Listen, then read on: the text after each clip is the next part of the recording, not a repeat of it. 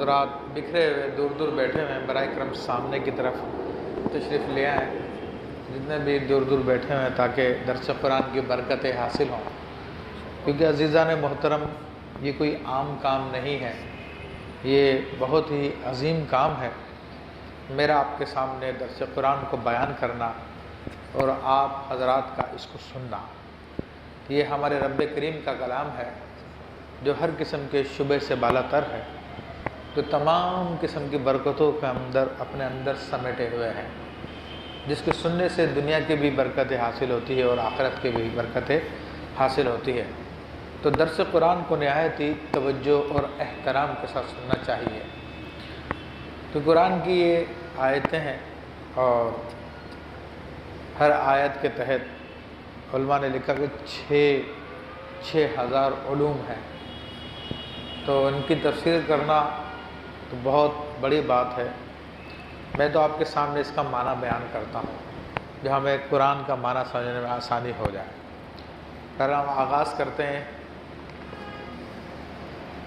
اعوذ باللہ من الشیطان الرجیم، بسم اللہ الرحمن الرحیم، الحمد للہ رب العالمین، والصلاة والسلام علی سید الانبیاء والمرسلین، وعلی آلہ واصحابہ واہل بیتہ وذریاتہ اجمعین والعاقبۃ للمتقین۔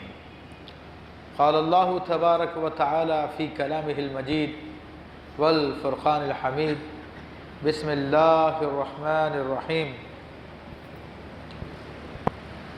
الذین استجابوا للہ والرسول من بعد ما اصابہم القرح للذین احسنوا منہم واتقوا اجر عظیم۔ صدق اللہ العظیم وصدق رسولہ النبی الکریم۔ مولاي صل وسلم دائما ابدا علی حبیبک خیر الخلق کلہم۔ معزز حاضرین کرام، میں نے آپ کے سامنے سورہ آل عمران کے 18ویں رکوع کی پہلی آیت، جس کا نمبر ترتیب کے اعتبار سے 172 ہے، تلاوت کرنے کا شرف حاصل کیا۔ اللہ جل شانہ نے اس آیت طیبہ میں ارشاد فرمایا، الذین استجابوا للہ والرسول، اور وہ لوگ جو اللہ عز و جل اور اس کے رسول صلی اللہ تعالیٰ علیہ وسلم کے کہنے پہ حاضر ہو گئے، من بعد ما اصابہم القرح، باوجود اس کے کہ ان کو زخم لگ چکا تھا، للذین احسنوا منہم، تو یہ متقی لوگ اور نیک کرنے والے لوگ، یہ نیکیاں کرنے والے اور تقوی اختیار کرنے والے لوگوں کے لیے بہت عظیم اجر ہے، بہت عظیم ثواب ہے۔ تو آیت طیبہ کی شان نزول و تفسیر سے پہلے میں کچھ یہ عرض کر دوں کہ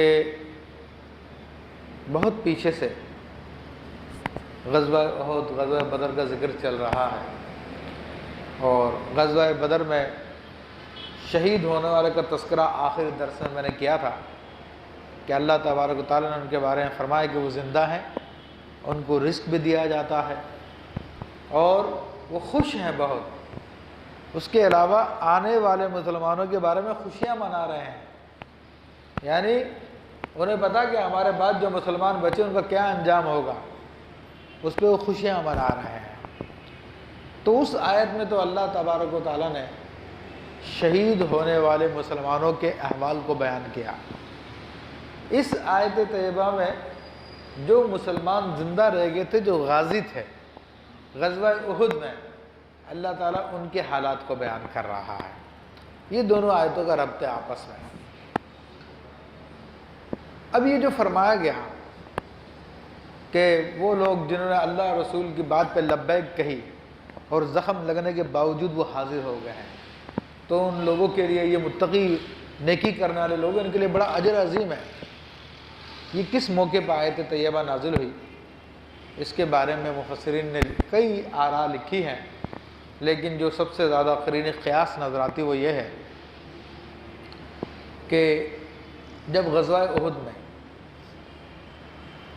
مسلمانوں کو بڑی تکلیف اٹھانی پڑی اور کفار اپنے لشکر کو لے کر چلے گئے،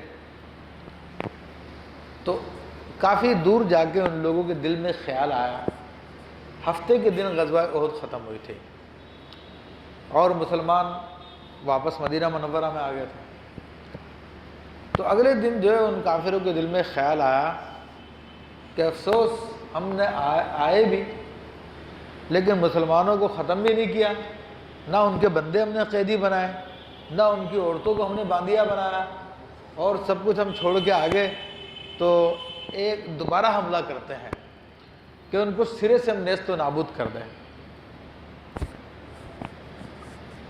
تو ابو سفیان نے یہ پیغام پہنچا دیا۔ نبی کریم صلی اللہ علیہ وسلم نے صحابہ کرام کو حکم دیا، یہ اتوار کا دن تھا، شوال 15 شوال تھے غالباً۔ صحابہ کرام کا یہ حال تھا کہ زخموں سے چور چور تھے، لیکن جب اللہ کے حبیب صلی اللہ تعالی وسلم نے ان کو حکم دیا تو انہوں نے کسی بات کی پرواہ نہیں کی، اسی زخموں کی حالت میں وہ لوگ تیار ہو گئے۔ جتنے بھی احد کے غازی تھے ان میں وہ لوگ بھی شامل ہیں جو پہلے حملے میں ڈر کے ان کے قدم اکھڑ گئے تھے، واپس چلے آئے تھے، اب ان میں وہ لوگ بھی شامل تھے جانے والوں میں، کیونکہ حضور نے فرمایا ہمارے ساتھ اب جو مقابلے پہ جائے گا وہی جائے گا جو غزوہ احد میں شریک ہوا تھا، تو کسی کو آپ نے اور کوئی اجازت نہیں دی۔ تو اب ان میں حضرت ابو بکر صدیق، عمر فاروق، عثمان غنی، علی المرتضیٰ، حضرت عبداللہ بن مسعود، عبد الرحمن بن عوف، طلحہ، حضرت سعد، دیگر کئی صحابہ کرام، کبار صحابہ کرام اس میں شامل ہیں، اور یہ نبی علیہ السلام کے ساتھ اس شان سے چلے کہ کوئی زخموں سے اتنا چور چور ہے کہ اس کا ساتھی اس کو کاندھے پہ اٹھا کے لے کے جا رہا ہے، کچھ دور چل کے وہ تھک جاتا ہے تو اب جو زخمی تھا وہ اس کو اٹھا لیتا ہے، وہ لے کے چل رہا ہے، کوئی ایسا زخمی ہے کہ سہارا لے کر چلتا ہے اپنے ساتھی کا، حالانکہ وہ بھی زخمی ہے، لیکن جب وہ تھک جاتا ہے تو پھر یہ اس کو سہارا دیتا ہے اور وہ اس کو لے کر چلتا ہے۔ زخموں پہ پٹیاں کسی کے بندھی ہوئی ہیں، پاؤں میں پہننے کے لیے جوتے نہیں ہیں، سواری کے لیے اونٹ نہیں ہے، گھوڑے نہیں ہیں، لڑنے کے لیے خاص کوئی ہتھیار نہیں ہے، صحابہ کرام اس شان کے ساتھ جا رہے ہیں۔ ابو سفیان اس وقت چونکہ مسلمان نہیں ہوئے تھے، وہاں پر ان کی پلاننگ واپس آنے کی تھی۔ اب اتفاقی بات ہے کہ راستے میں معبد ابن ابی معبد ایک شخص تھا، یہ پہلے اس وقت مسلمان نہیں ہوا تھا، ابو سفیان کا دوست بھی تھا، تو اس نے دیکھا مسلمانوں کو کہ یہ زخموں سے چور چور ہیں، مگر کس جذبے کے ساتھ، کس عزم کے ساتھ یہ آگے لڑنے کے لیے جا رہے ہیں، تو یہ ابو سفیان کے پاس گیا اور جا کر کہا کہ ابو سفیان میں ان کے لشکر دیکھ کر آ رہا ہوں۔ اس نے 6 اشعار پڑھے اور صحابہ کرام 70 کی تعداد تھی تقریباً، وہ شعر مسلمانوں کی تعریف میں تھے۔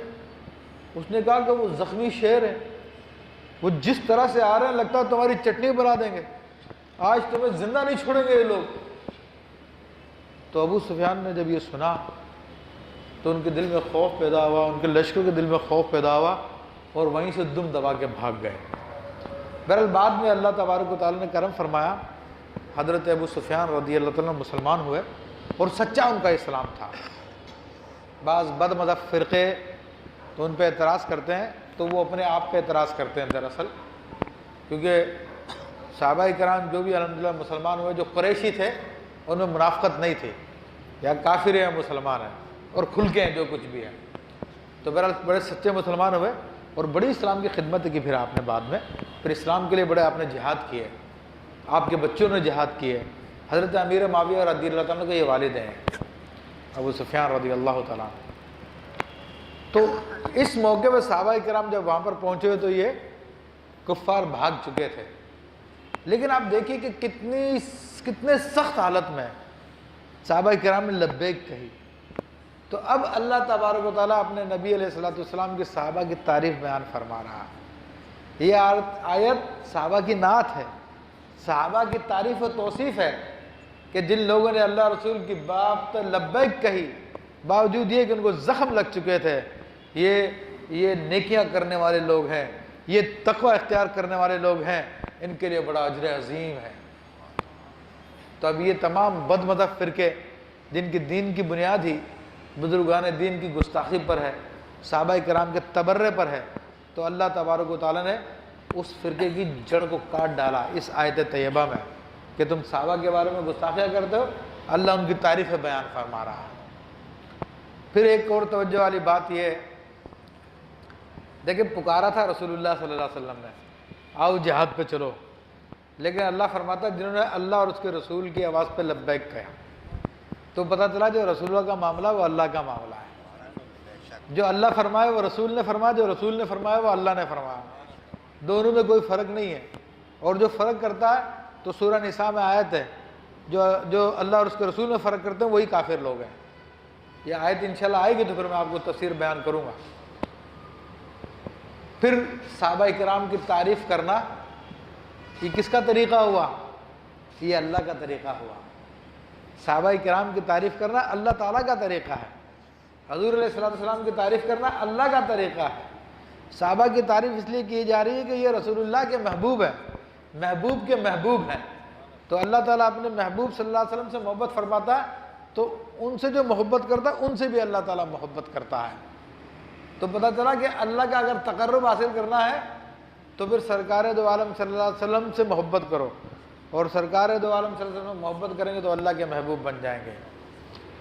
پھر فرمایا الذین قال لهم الناس ان الناس قد جمعوا لكم فاخشوهم فزادهم ایمانا وقالوا حسبنا اللہ ونعم الوکیل۔ اللہ اکبر۔ لفظی ترجمہ پیش کرتا ہوں۔ اور وہ لوگ جن سے لوگوں نے کہا کہ بے شک لوگ تمہارے خلاف جمع ہو چکے ہیں، تمہارے خلاف انہوں نے جتھا بنا لیا ہے، ان سے ڈرو، تو بس ان کے ایمان میں اضافہ ہو گیا، اور انہوں نے کہا کہ اللہ ہم کو کافی ہے، وہ بہترین کارساز ہے۔ اب یہ آیت طیبہ کا ترجمہ میں نے آپ کے سامنے پیش کیا۔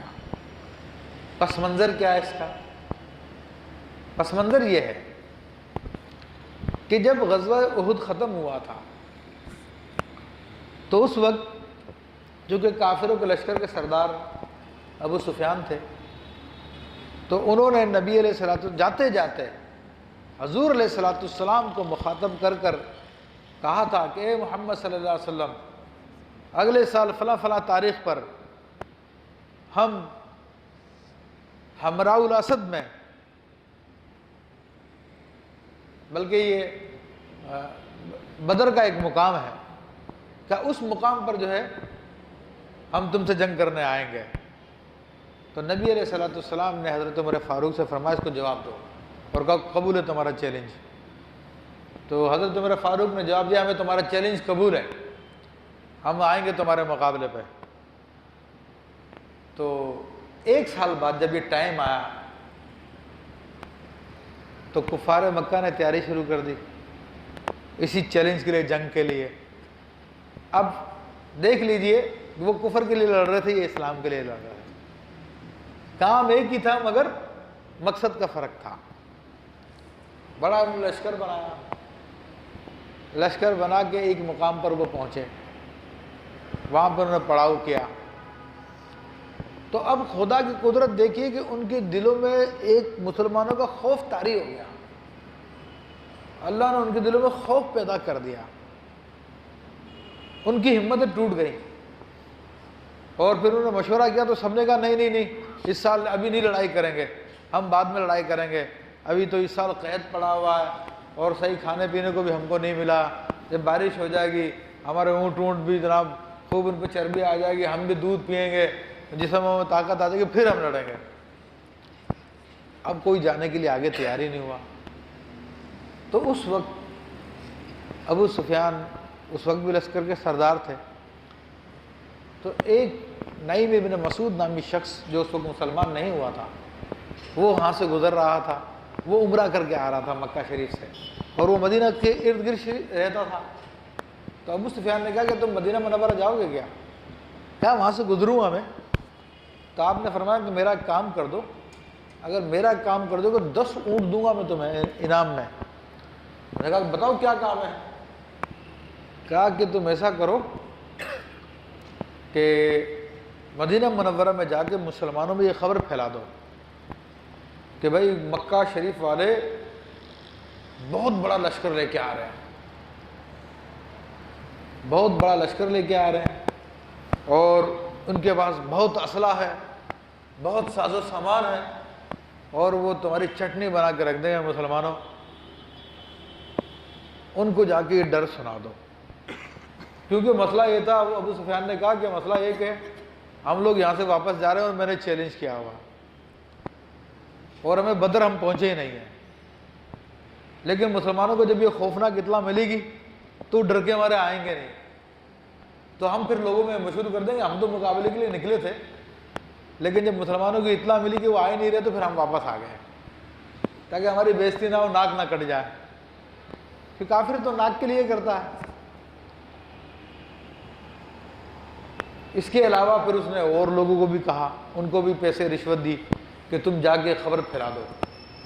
اب یہ نعیم ابن مسعود نامی شخص جب مدینہ منورہ میں آیا تو صحابہ کرام کے پاس فردن فردن جا کے ملاقات کی۔ اس نے کہا، انہوں نے کہا او اللہ کے بندو، ہرگز مقابلے کے لیے مت نکلنا، بڑا خوفناک لشکر آ رہا کفار کا، وہ تم کو پیس کے رکھ دے گا، اور یہ ان کی تعداد ہے، اور یہ ان کا ساز و سامان ہے، اور اتنا ان کا مطلب کہ خون خار ہے، اور وہ لوگ تم ان کا مقابلہ نہیں کر سکتے۔ دیکھو احد کے میدان میں تمہارے گھروں پہ آ کے تم کو زخمی کر کے چلے گئے، اب تو وہ اتنا بڑا لشکر لے کے آ رہے ہو، تم کیا کرو گے ان کا؟ اچھا، جس صحابی کو یہ بات کہی اس نے کہا کہ حسبنا اللہ و نعم الوکیل،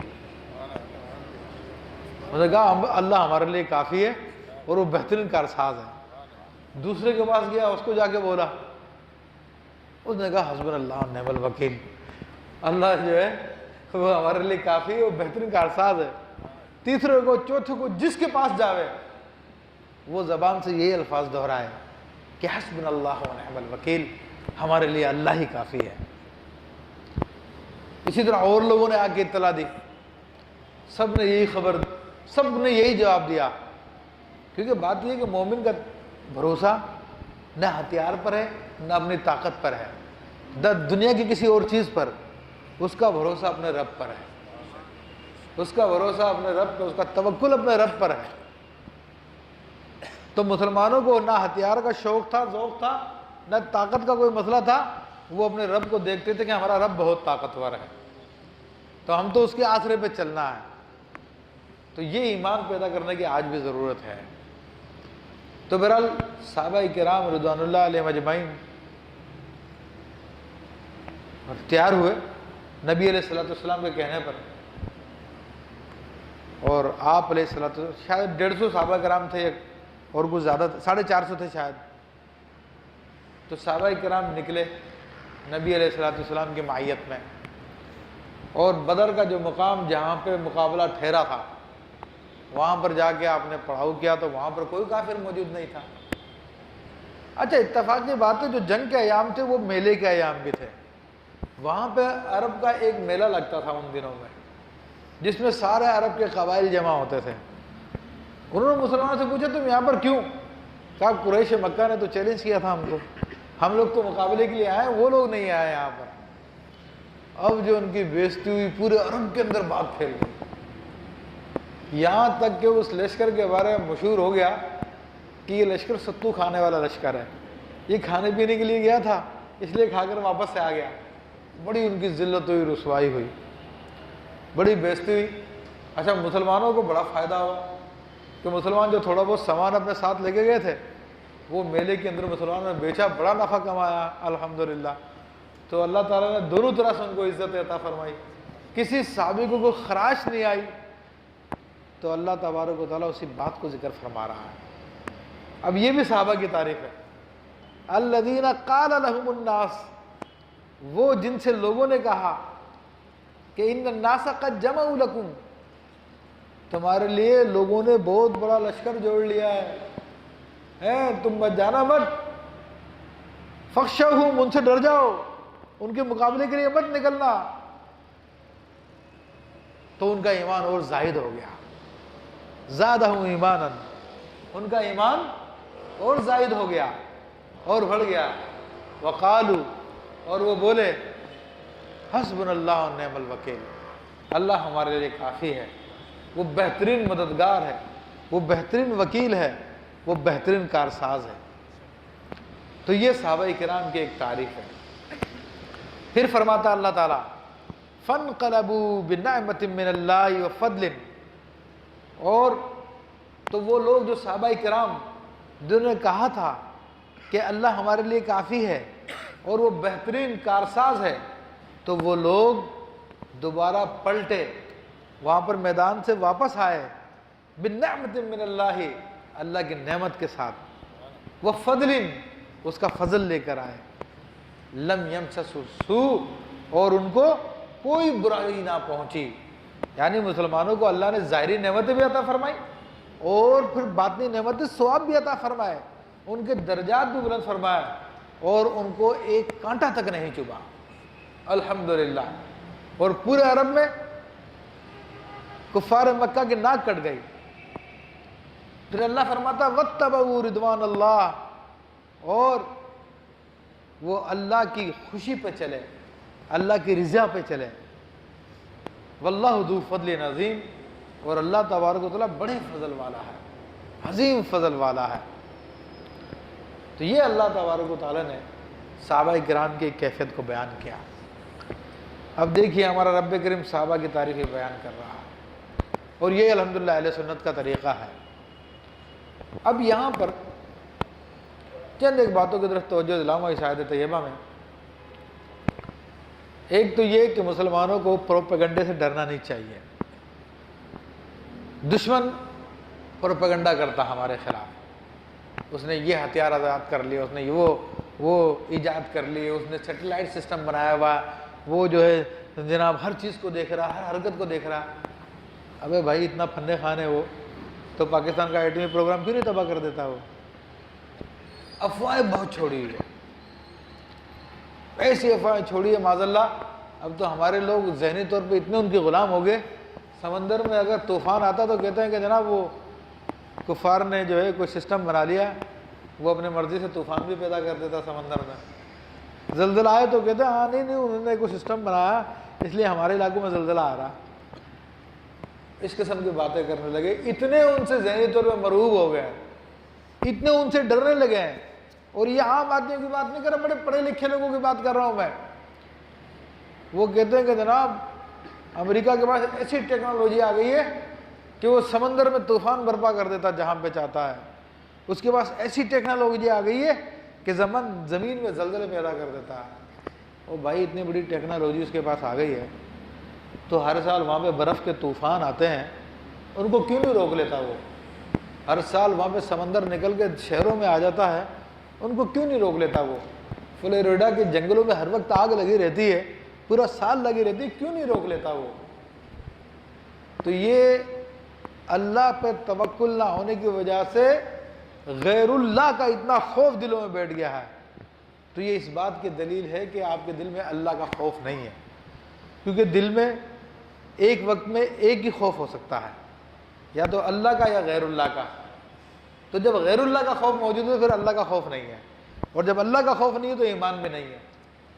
بہت کوئی کمزور حالت میں ایمان ہوگا جس کو بہت ڈھونڈنا پڑے گا، ٹٹولنا پڑے گا، تو دل کے کسی حصے میں کہیں نظر آ جائے، ورنہ ان کا ایمان صحیح نہیں ہے۔ جن کا ایمان صحیح ہے وہ کہتے ہیں حسبنا اللہ و نعم الوکیل، کہ اللہ ہمارے لیے کافی ہے، وہ بہترین مددگار ہے۔ پھر ان کو ڈرایا جائے تو یہ ان کی زبان پہ ہوتا ہے۔ پھر دوسری ایک بات کی طرف توجہ یہ دلاؤں گا، نکات اس میں بہت ہے میرے بھائیوں۔ لیکن بس ٹائم کم ہوتا ہے، تو اس لیے ضروری بات یہ آیت طیبہ کہ حسبنا اللہ و نعم الوکیل، یہ بڑا شاندار جملہ ہے، لاجواب جملہ ہے۔ یہ وہ جملہ ہے، حسبنا اللہ و نعم الوکیل کہہ لیں یا حسبی اللہ و نعم الوکیل کہہ لیں، دونوں کا معنی ایک ہی، ایک جمع کے لیے ایک واحد کے لیے۔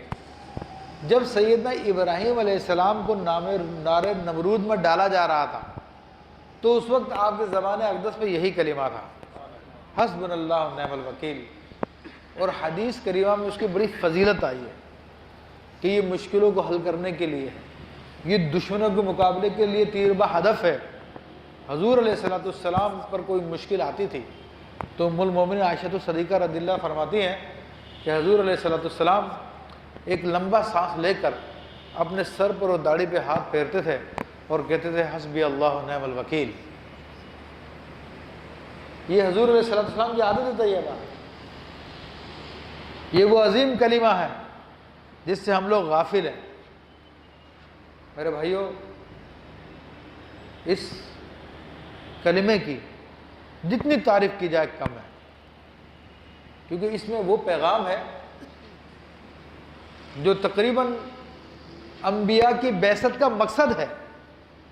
کم و بیش 1,24,000 انبیاء کرام جو تشریف لائے وہ یہی بات سمجھانے کے لیے آئے تھے کہ حسبنا اللہ و نعم الوکیل، اللہ ہمارے لیے کافی ہے اور وہ بہترین کارساز ہے۔ یہی بات ہمارے سمجھانے کے لیے آئے تھے۔ اے لوگوں، تم اپنے نفس پہ اعتماد نہ کرو، تم اپنی مادیت پہ اعتماد نہ کرو، تم اپنے رب پہ اعتماد کرو۔ جب رب پہ اعتماد کرو گے تو وہ تمہارے لیے کافی ہے۔ اور اسی مفہوم کو قرآن میں متعدد مقامات پہ بیان کیا گیا، تفصیل ہو جائے گی، بات دور چلی جائے گی۔ بہرحال اس کے متعلق ایک وظیفہ ہے، اور یہ جملہ وہ جملہ ہے کہ ہر سلسلہ طریقت میں کچھ خاص اوراد ہوتے ہیں جن کو خاص طور پہ پڑھا جاتا ہے۔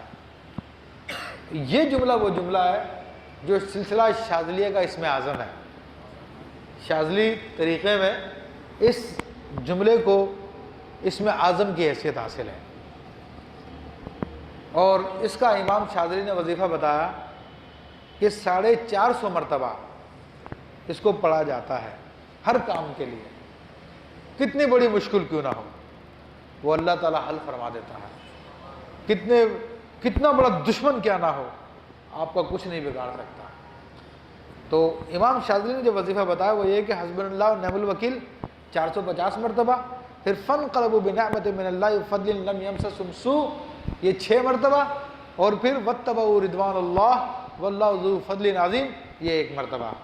یہ پورا ایک وظیفہ بنتا ہے، جس کو چاہیے تو ہمارے پاس وہاں پہ پرنٹڈ ہوتا ہے، منگل کے دن ہم سے آگے لے سکتا ہے۔ لیکن جو اس وظیفے کا عادی ہوتا ہے تو اس کے چلنے میں، بیٹھنے میں، حرکات و سکنات میں اللہ تبارک و تعالیٰ کی خصوصی رحمتوں کا نزول ہوتا ہے، اور وہ ہر وقت اللہ کے لطف و کرم میں رہتا ہے۔ اس کے دشمن ناکام ہو جاتے ہیں اور اس کے عزائم پورے ہو جاتے ہیں، اللہ تبارک و تعالیٰ کے وہ خاص قربتوں میں آ جاتا ہے، اللہ تبارک و تعالیٰ اس کے رزق کا خصوصی انتظام فرما دیتا ہے۔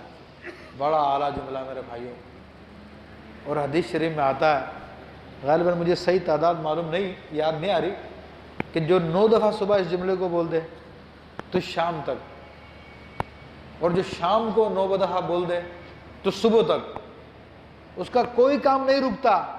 اللہ تعالیٰ فرماتا ہے کہ مجھے اس بندے کا کام روکتے ہوئے حیا آتی ہے کہ اس نے یہ جملہ بولا ہوا۔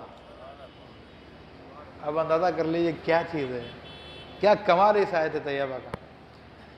تو اللہ تعالیٰ نے اپنے صحابہ کی تعریف بیان کی کہ جو کہتے ہیں کہ ہمارے لیے اللہ کافی اور بہترین کارساز ہے، تو وہ لوگ اللہ تعالیٰ کی نعمت اور فضل کے ساتھ لوٹے اور ان کو کسی برائی نے نہیں چھوا، اور انہوں نے اللہ تعالیٰ کی خوشی کی، رضا کی پیروی کی، اور اللہ تبارک و تعالیٰ بہت بڑے فضل والا ہے۔ انما ذالکم الشیطان یخوف اولیاءہ، یہ تو شیطان ہے جو اپنے دوستوں سے دھمکاتا ہے۔ اب یہ کس کی طرف اشارہ کیا؟ یہ اسی کی طرف اشارہ کیا، نعیم ابن مسعود کی طرف کیونکہ نعیم ابن مسعود آیا تھا نا صحابہ کو ڈرانے کے لیے، تو اللہ نے فرمایا یہ شیطان ہے جو اپنے ایجنٹوں کے ذریعے مومنوں کو ڈرانے کی کوشش کرتا ہے۔ فلا تخافوہم، اے مومنو تم ان سے مت ڈرو، وخافونی، مجھ سے ڈرو، ان کنتم مومنین، اگر تم ایمان والے ہو تو میرے بھائیو ڈرنے کی کوئی ضرورت نہیں ہے۔ کوئی اپنا بحری بیڑا لا کے اگر ہمارے سمندر پہ لگا دے صرف یہ دہشت جمانے کے لیے کہ دنیا کا سب سے بڑا بحری بیڑا میرے پاس ہے، تو کوئی ڈرنے کی حاجت نہیں ہے۔ ہمارے پاس بھی ایٹم بم ہے جو 1 منٹ کے اندر جو ہے سب کو جلا کے خاک کر دے گا، تو یہ بحری بیڑے دکھانے کی، ڈرانے کی، یہ کمزور ایمان والے ڈریں گے اس سے۔ تو اپنے ایمان کو مضبوط رکھا جائے۔ وَلَا يَحْزُنْكَ الَّذِينَ يُسَارِعُونَ فِي الْكُفْرِ، اور اے محبوب صلی اللہ علیہ وسلم تم ان کا کچھ غم نہ کرو جو کفر پہ دوڑتے ہیں۔ إِنَّهُمْ لَن يَضُرُّوا اللَّهَ شَيْئًا، تو وہ اللہ کا کچھ نہیں بگاڑ سکیں گے۔ يُرِيدُ اللَّهُ أَن لَا يَجْعَلَ لَهُمْ حَظًّا فِي الْآخِرَةِ، اللہ تعالیٰ یہ چاہتا ہے کہ آخرت میں ان کا کوئی حصہ نہ رکھے۔ وَلَهُمْ عَذَابٌ عَظِيمٌ، اور ان کے لیے دردناک عذاب ہے۔ اب یہ دیکھیے آیت طیبہ جو نازل ہوئی اس کے بارے میں فرمایا گیا کہ یہ ان لوگوں کے بارے میں ہے کہ جب غزوہ بدر میں مسلمانوں کو ظاہری طور پہ تکلیف اٹھانی پڑی، نقصان اٹھانا پڑا، تو بہت سارے جو منافق بنے ہوئے تھے، مسلمان بنے ہوئے تھے، تو انہوں نے اپنے کفر کا اعلان کر دیا۔ ظاہری طور پہ تھے مسلمان یا کچے تھے مسلمان، ہو گئے تھے مسلمان کہ شاید ادھر کامیابی باتیں ان کی اچھی ہے لیکن دل کفار کے ساتھ لگا ہوا تھا، وقتی طور پہ ہو گئے تھے لیکن دل سے مسلمان نہیں ہوئے تھے، سچے مسلمان نہیں ہوئے تھے، تو ان کے بارے میں فرمایا گیا۔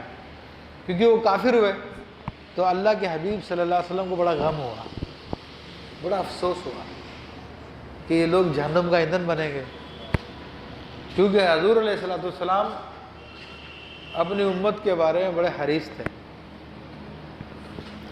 اپنی امت کے بارے میں بہت حریص تھے۔ آپ چاہتے تھے کہ میری امت میں کوئی بھی جہنم بنا جائے۔ امت سے مراد امت دعوت ہے۔ امت 2 ہیں، ایک امت اجابت اور ایک امت دعوت۔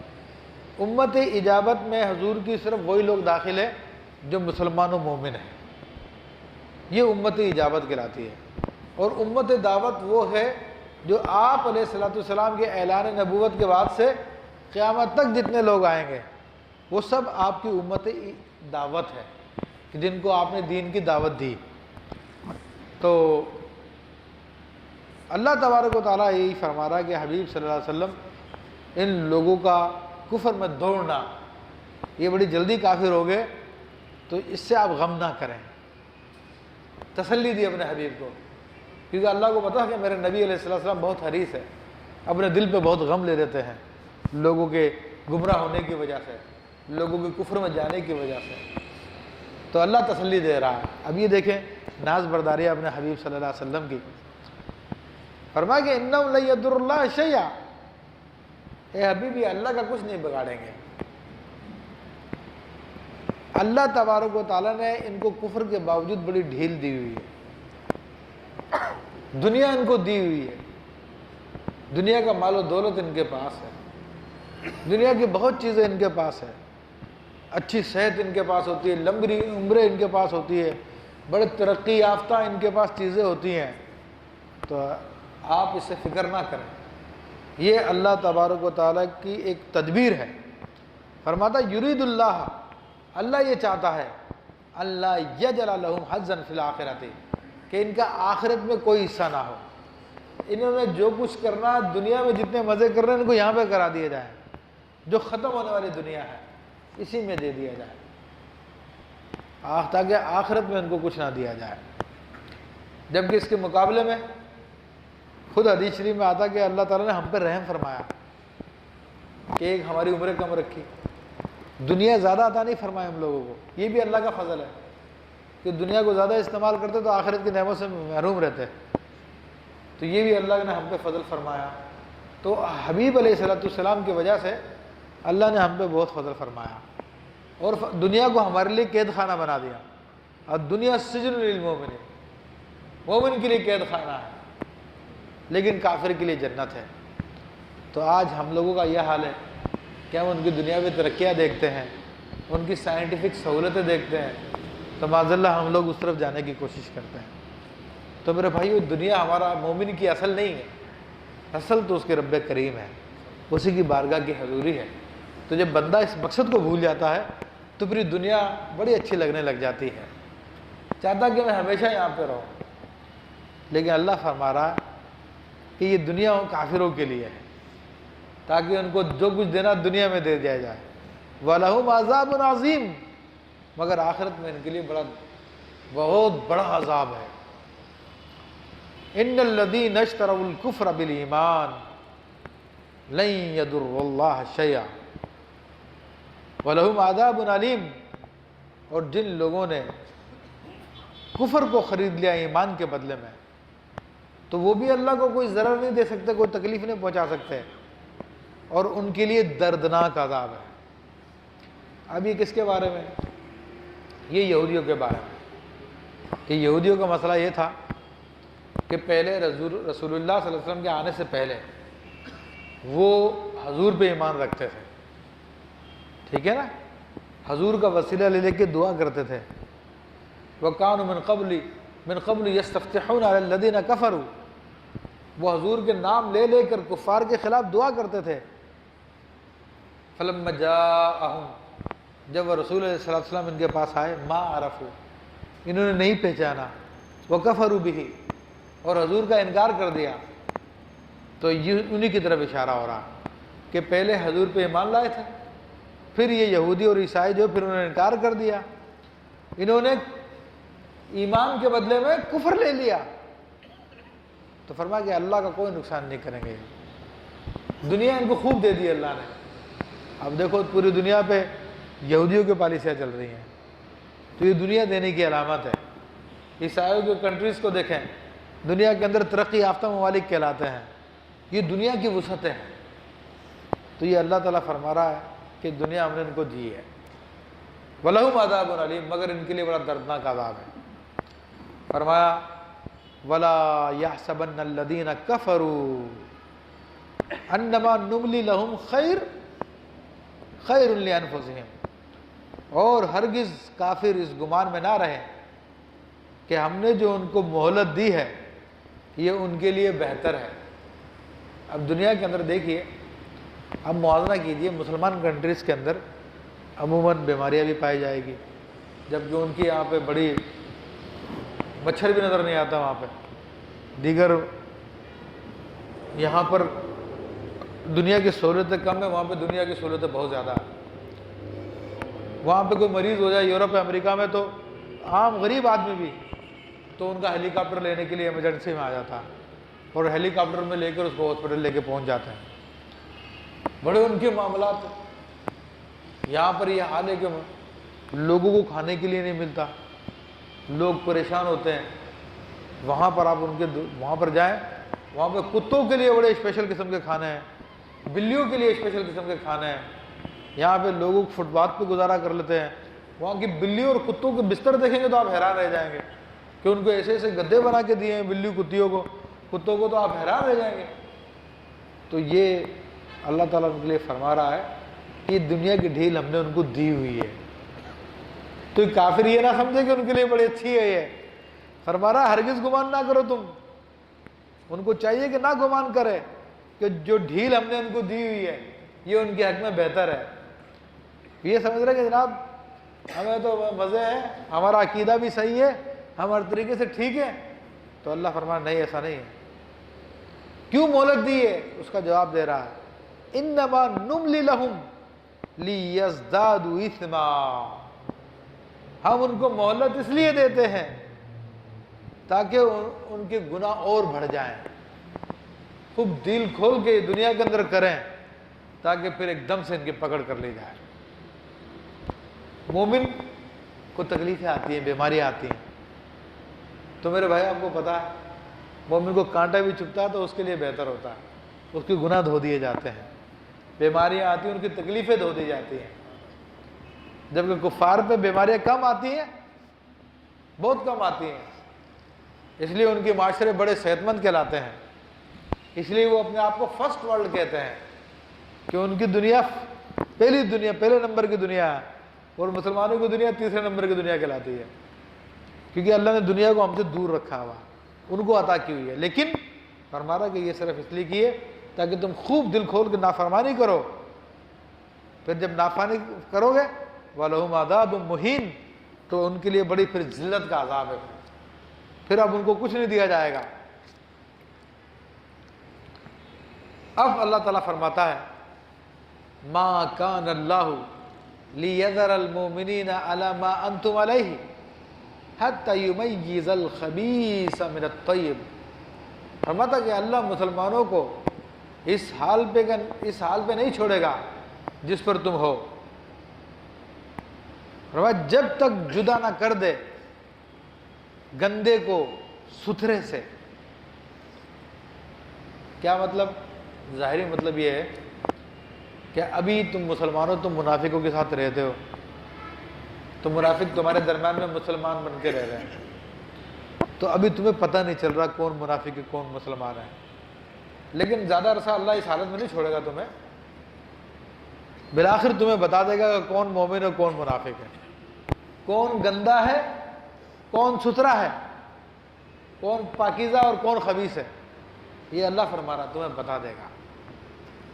ما کان اللہ لیطلعکم علی الغیب، اور اللہ کی شان نہیں ہے کہ تم عام لوگوں کو علم غیب عطا فرمائے، غیب کی اطلاع تمہیں دے، وَلَكِنَّ اللَّهَ يَجْتَبِي مِن رُّسُلِهِ مَن يَشَاءُ، لیکن اللہ تعالیٰ اپنے چنے ہوئے رسولوں میں سے جس کو چاہتا ہے غیب کا علم عطا فرماتا ہے۔ فَآمِنُوا بِاللَّهِ وَرُسُلِهِ، تو تم ایمان لے آؤ اللہ پر اس کے رسولوں پر، وَإِن تُؤْمِنُوا، اگر تم ایمان لے آتے ہو، وَتَتَّقُوا، اور تقوی اختیار کرو، فَلَكُمْ أَجْرٌ عَظِيمٌ، تو تمہارے لیے بہت بڑا اجر ہے۔ یہ آیت طیبہ کا ترجمہ میں نے آپ کے سامنے پیش کیا۔ سمجھ رہے علم غیب کی بات ہو رہی ہے یہاں پہ۔ اب کیا اس کا پس منظر ہے؟ ایک مرتبہ رسول کریم صلی اللہ علیہ وسلم، امام واحدی نے اس کو بیان کیا، صحابہ کرام کے درمیان میں آپ علیہ السلام نے فرمایا کہ اللہ تبارک و تعالیٰ نے جس طرح آدم علیہ السلام کے سامنے ان کی پوری اولاد پیش کی تھی، تو آدم علیہ السلام نے پوری انسانیت کو دیکھا تھا، ایک طرف ان کے نیک آدمی تھے، ایک طرف ان کے بدکار آدمی تھے، تو آپ نے فرمایا اسی طرح اللہ تبارک و تعالیٰ نے میری امت کو مجھ پہ پیش کیا، قیامت تک جتنی امت آئے گی میری، یعنی امت دعوت، تو میں نے سب کو پہچان لیا، کون ایمان والا ہوگا اور کون کفر والا ہوگا۔ اب حضور علیہ السلام نے جب یہ حدیث بیان کی تو منافقوں تک بھی بات پہنچی، تو منافق واپس جا کر آپس میں بڑا مذاق کرنے لگے، آپس میں حضور کے علم پہ اعتراض کرنے لگے، ہاں جی کہتے ہیں مجھے تو قیامت تک آنے والے لوگوں کے بارے میں پتا کون ایمان والا کون کفر والا ہے، ان کو یہ تو پتہ نہیں کہ ہم لوگ کفر والے ہیں، ہمارے کو تو پہچان نہیں سکے آج تک، بڑے غیب کا دعویٰ کرنے والے ہیں، جس طرح کہ آج کل لوگ منع کرتے ہیں کہ وہ تو ہمارے جیسے بشر ہیں، ان کو غیب نہیں ہے، اسی طرح منافقین نے کہا تھا۔ اللہ کی شان یہ ہے کہ اپنے محبوب کی تعریف بیان کرتا ہے، اور بھائی جو جس کا محبوب ہوتا ہے تو وہ اس کی تعریفیں کرتا ہے۔ ماں اپنے کانے بیٹے سے محبت کرتی ہے تو دنیا کا سب سے خوبصورت بتاتی ہے، وہ سنا کہاں ہم نے اندھا باٹے ریوڑیا اپنے اپنے کو، وہ محاورہ اس لیے بنا، جو جس کو اپنا سمجھتا ہے اس کو ہی دیتا ہے اور اسی کی بات کرتا ہے۔ ماں کو بولے کہ تو دیکھ دنیا کا سب سے خوبصورت بچہ لیا ڈھونڈ کر، وہ ساری دنیا کے بچے ڈھونڈنے کے بعد آخر میں اپنا بچہ لے آئے گی، یہی دنیا کا سب سے خوبصورت ہے۔ ماں ہے نا، محبت کرتی ہے، تو جس سے محبت ہوتی ہے جس کو اس کی تعریف کرتا ہے۔ اللہ اپنے محبوب سے محبت کرتا ہے تو اس کی تعریفیں کرتا ہے، ہمیں اپنے آقا سے محبت ہے، ہم اپنے آقا کی تعریف کرتے ہیں، اور جنہیں محبت نہیں وہ معاذ اللہ یہ بھی ڈھونڈتے رہتے ہیں، جس طرح منافقین ڈھونڈ رہے تھے۔ یہی تو کہا تھا نا، ان کو کیا غیب پتا، ہم لوگ منافق بن کے گھوم رہے، ان کو پتہ ہی نہیں ہے۔ حضور علیہ السلام کو یہ بات بڑی ناگوار گزری. اللہ تبارک و تعالیٰ آپ کو اطلاع دینے والا ہے. آپ علیہ السلام بڑے غضبناک ہوئے. بخاری شریف کی حدیث ہے, مسلم شریف میں موجود ہے, سیاہ ستہ کی کتاب میں یہ حدیث شریف موجود ہے. قام فینا رسول اللہ صلی اللہ علیہ وسلم خطیبا, رسول اللہ صلی اللہ علیہ وسلم ممبر پہ خطبہ دینے کھڑے ہوئے اور آپ فرمانے لگے کہ لوگوں کو کیا ہو گیا کہ میرے علم پہ اعتراض کرتے ہیں, آؤ پوچھ لو مجھ سے جو کچھ پوچھنا قیامت تک, یعنی ما کانا وما یکون, جو تک قیامت تک ہوگا جو پوچھنا مجھ سے پوچھ لو. اس مقام پہ میں کھڑا ہوں, آپ پوچھ لو مجھ سے جو کچھ پوچھنا ہے, آپ پوچھ لو مجھ کو جو کچھ پوچھنا ہے. اما تسلو سلونی اما تسلون, سوال کر لو مجھ سے جو کچھ پوچھنا چاہتے ہو. اما با یہ موصولہ ہے اور اس میں عموم ہے. تم زمینوں کی بات پوچھو یا آسمانوں کی پوچھو, تم جنت کی پوچھو یا جہنم کی پوچھو, تم دنیا کی پوچھو یا آخرت کی پوچھو, تم غیب کی پوچھو یا ظاہر کی پوچھو, جو کچھ تمہیں پوچھنا ہے وہ مجھ سے پوچھ لو. حضور علیہ السلام نے غضب کے عالم میں 3 مرتبہ جملہ بیان فرمایا, کیونکہ منافقین نے علم پہ اعتراض کیا تھا میرے آقا کے. بخاری شریف کے الفاظ ہیں. حضرت عبداللہ رضی اللہ تعالیٰ کھڑے ہوئے, جن کے والد کا نام حذافہ تھا. من ابی یا رسول اللہ صلی اللہ علیہ وسلم, حضور میرا باپ کون ہے؟ اب بڑا خطرناک سوال ہے یہ. ہم تو وہ نام بتا دیں گے جو ہمیں معلوم ہوتا ہے, لیکن بچے کا باپ کون ہے اس کی ماں کو بھی پتا ہوتا ہے. سمجھ رہے ہیں؟ حقیقی باپ کون ہے بچے کا, یہ اس کی ماں کو بھی پتا ہوتا ہے. تو حضور علیہ السلام نے فرمایا تمہارے باپ کا نام حذافہ ہے. پھر ایک نے پوچھا, ایک روایت کے مطابق آپ نے اس کا وہ باپ نہیں بتایا جو اس کا معروف باپ تھا, کچھ اور آپ نے بتایا. اب دیکھیں حضور نے تو نہیں فرمایا. بعض لوگ کہتے ہیں نا حضور کو تو دین کی باتیں پتہ ہے جی, دین کی باتیں بتا سکتے ہیں. اس ظالموں, یہ صحابہ کرام کون سی بات پوچھ رہے ہیں, دین کی بات پوچھ رہے ہیں. حضور کے ماں میں عموم ہے, جو کچھ پوچھنا چاہتے ہو پوچھ لو مجھ سے. تو صحابی نے کیا پوچھا؟ دین کا مسئلہ پوچھا تھا, اپنے باپ کا پوچھا تھا, جو اس کی ماں کے سوا نہیں جانتا کوئی دنیا میں. صحیح بات. تو حضور علیہ السلام نے اس کا جواب دیا. پھر حضرت عمر فاروق رضی اللہ تعالیٰ عنہ کھڑے ہوئے, اپنے گھٹنے جوڑ کے آپ کے سامنے بیٹھ گئے. یا رسول اللہ ردینا باللہ ربم و بالاسلام دینا و بالقرآن اماما و بمحمد النبی او کا مقال, کہ یا رسول اللہ ہم اسلام کے دین ہونے پر اور اللہ کے رب ہونے پر, آپ کے نبی ہونے پر راضی ہیں ہم. پھر حضور علیہ السلام غصہ آپ علیہ السلام کا کم ہوا. تو اب یہ دیکھ لیجئے کہ علم غیب کا انکار حضور کے کس قدر ملامت کی بات ہے, کس قدر مطلقاً انکار کرنا کفر ہے. مطلقاً علم غیب کا انکار دے بولے کوئی غیب نہیں ہے آپ کو, تو وہ کفر ہے. معاذ اللہ ثم معاذ اللہ, کیونکہ قرآن کا انکار ہے. اللہ فرما رہا اپنے پسندیدہ رسولوں میں سے, اپنے چنے ہوئے رسولوں میں سے جس کو چاہتا دیتا ہے.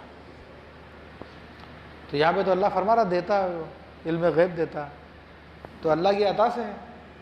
اور اللہ کی عطا سے کتنا, یہ حضور بتا چکے ہیں کہ میں اپنے امتیوں کو پہچانتا ہوں کون جنتی ہے کون جہنمی ہے, اور یہ تک پہچانتے ہیں کہ میرے امتیوں کے دل میں کیا بات ہے.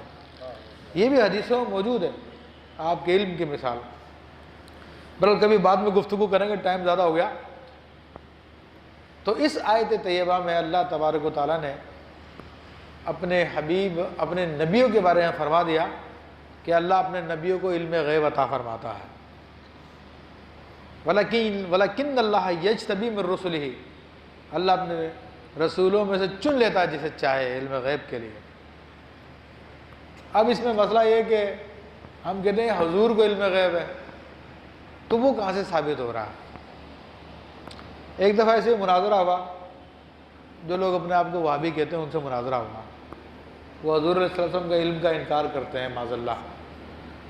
تو حدیث کی بات آئی تو میں نے بہت ساری حدیث ان کے سامنے پڑھ کے سنا دی، بخاری کی، مسلم کی، یہ وہ، تو ان کی بولتی بند ہو گئی۔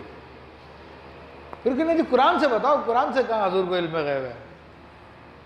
اور میں نے کہا تجھے قرآن سے میں دکھاتا ہوں، اگر تجھے عربی آتی ہے تو میں نے کہا یہ آیت پڑھ، یہی والی آیت، اور ایک سورہ جن کی آیت ہے، کیا لکھا ہوا اس میں نے کہا وَلَكِنَّ اللَّهَ يَجْتَبِي مِن رُّسُلِهِ، اللہ چن لیتا اپنے رسولوں میں سے جس کو چاہے علم غیب۔ کہا وہ تو اللہ تبارک و تعالیٰ سب نبیوں کو دیتا ہے۔ میں نے کہا سب نبیوں کو دیتا، مگر یہاں پہ خاص علم کی بات ہو رہی ہے اور خاص رسولوں کی بات ہو رہی ہے جن کو دیتا ہے۔ کہہ رہے وہ تو نبوت کا علم ہے، وہ تو میں نے کہا ہر نبی کو ہوتا ہے، یہاں پہ رسولوں میں سے چنتا ہے، تو اس کے علاوہ اور کوئی علم کی بات ہو رہی ہے، اور پیچھے غیب کا ذکر آیا ہے۔ کہہ رہے نہیں جی حضور کا نام دکھاؤ، آپ حضور کا نام کہاں قرآن میں؟ کیونکہ وہ کئی لوگوں کو لے کے آیا تھا، بہت سارے سنی تھے اس کے ساتھ، جن کو وہ الگ بٹھا کے کافی دنوں سے گمراہ کر رہا تھا اور سمجھا رہا تھا کہ جناب ہمارا عقیدہ صحیح ہے۔ لیکن جب ان لوگوں کے سامنے بیچارے بھولے بھالے مسلمان، سنی مسلمان ہوتے ہیں، قرآن و حدیث کی بات سنتے تو کہتے ہیں نہیں نہیں نہیں صحیح کہہ رہا ہے یہ۔